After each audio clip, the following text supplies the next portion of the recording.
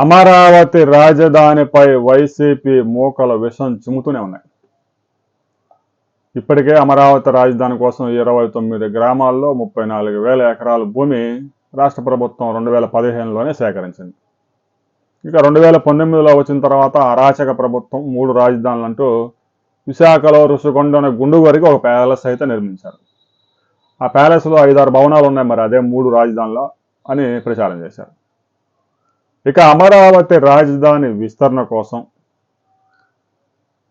అమరావతి మండలం, తాడికొండ మండలం, పెదకూరపాడు మండలాల్లో దాదాపు 12 గ్రామాల్లో గ్రామ సభలు నిర్వహించి రైతుల అభిప్రాయాలు తీసుకున్నారు. 34,000 ఎకరాలు ల్యాండ్ పూలింగ్లో ఇవ్వడానికి రైతులు ముందుకు వచ్చారు. ప్రతి రైతుకి ఎంత భూమి ఉంది, ల్యాండ్ పూలింగ్కి మీకు ఇష్టమా కాదా అని ప్రతి రైతు నుంచి అభిప్రాయాలు తీసుకుంటూ ఉన్నారు. దాదాపు 12 గ్రామాల్లో మొత్తం 45,000 ఎకరాల భూమి ఉంటే 34,000 ఎకరాలు భూమి ఇవ్వడానికి రైతులు స్వచ్ఛందంగా ముందుకు వచ్చారని పెదకూరపాడు ఎమ్మెల్యే భాష్యం ప్రవీణ్ స్పష్టంగా చెప్పారు. ఇక మరో 2 గ్రామాలు తాడికొండ నియోజకవర్గంలో ఉన్నాయి, వారు కూడా ఆసక్తిని వ్యక్తం చేశారు.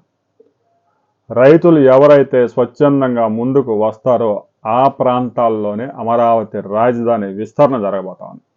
మేము భూములు ఇవ్వం, మాకు రాజధానితో అవసరం లేదనుకుంటే ప్రభుత్వం కూడా ఆ ప్రాంతంలో అభివృద్ధి చేయడానికి ముందుకు రావడం లేదు.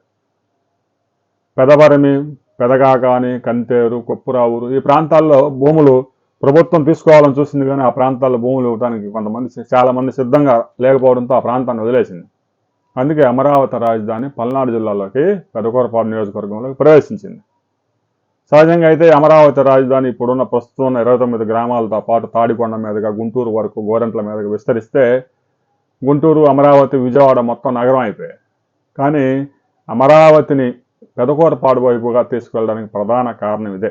ల్యాండ్ పూలింగ్లో భూములు ఇవ్వడానికి ముందుకు వచ్చే రైతులు ఎవరైతే ఉన్నారో వారిని ప్రభుత్వం సంప్రదించి వారి అభిప్రాయాలు తీసుకుంది. అయితే తాజాగా వైసీపీ నేతలు మేము భూములు ఇవ్వము అంటూ గ్రామాల్లో కరపత్రాలు పంచుతూ కలెక్టర్లకి, తహసీల్దార్లకి వినతి పత్రాలు ఇస్తా ఉన్నారు. ప్రభుత్వం కూడా బలవంతం ఏం చేయడం లేదు. భూములు ఇచ్చే వాళ్ళ దగ్గర ల్యాండ్ పూలింగ్ చేస్తాము, రాజధాని డెవలప్ చేస్తాము. ప్రభుత్వానికి 10,000 ఎకరాలే అవసరం, కానీ మేము 40,000 ఎకరాలు తీసుకుంటేనే 10,000 ఎకరాల రోడ్లు, 10,000 ఎకరాల్లో ఒక అంతర్జాతీయ విమానాశ్రయము, స్పోర్ట్స్ సిటీ, ఐటీ కారిడార్ వస్తుంది. మిగతా ఒక 12,000 నుంచి 13,000 ఎకరాల రైతులకు మరలా తిరిగి ఇవ్వాల్సి ఉంటుంది. ఇక పార్కులు వాటికి ఒక 3,000, 4,000 ఎకరాలు పోయింది. ఇక మిగిలేదు ఏం ప్రభుత్వం దగ్గర అయితే ఏం పెద్దగా ల్యాండ్ బ్యాంక్ ఏమి ఉండదు. అందువల్ల వైసీపీ వాళ్ళు చేస్తున్న ప్రచారాన్ని కొంతమంది వైసీపీ నాయకులు దగ్గరుండి మా గ్రామాల్లో వద్దు, మా గ్రామాల్లో వద్దు అని ఆ 12 గ్రామాల్లో ప్రచారం చేస్తూ కరపత్రాలు పంచుతూ ఉన్నారు. భూమి ఇవ్వడానికి ఎవరైతే ముందుకు వస్తున్నారో రైతులు ల్యాండ్ పూలింగ్కి, వాళ్ళని కూడా బెదిరిస్తూ ఉన్నారు. 2029లో వచ్చేది మా నాయకుడే, మరలా రాజధానిని 3 ముక్కలు చేస్తాం, ఇక్కడైతే రాజధాని ఉండదో అసలు ఎక్కడా రాజధాని లేకుండా చేస్తాం అని పైశాచిక ఆనందం పొందుతూ ఉన్నారు. దీంతో కొంతమంది రైతులు భయాందోళనకు గురవుతూ ఉన్నారు. రాష్ట్ర ప్రభుత్వం దృష్టికి కూడా ఈ విషయం వెళ్ళింది, దీని మీద సీరియస్గా ఉంది. రైతులందరినీ సమావేశపరిచి రాబోయే రోజుల్లోనే ఆయా గ్రామాల్లో ఎలాంటి అభివృద్ధి చేయబోతా ఉన్నారు అనే దాని మీద క్లారిటీ ఇవ్వబోతా ఉన్నారు. నెక్కల్లు, అనంతపురం సమీపంలో గూగుల్ క్యాంపస్ వస్తూ ఉంది. కొత్తగా తీసుకుపోయే గ్రామాలకు కూడా అది సమీపంగా ఉంటుంది. అంతర్జాతీయ విమానాశ్రయము, ఐటీ కారిడార్ వస్తే గ్రామాల రూపురేఖలే మారిపోతాయి, అందులో ఎలాంటి అనుమానం లేదు.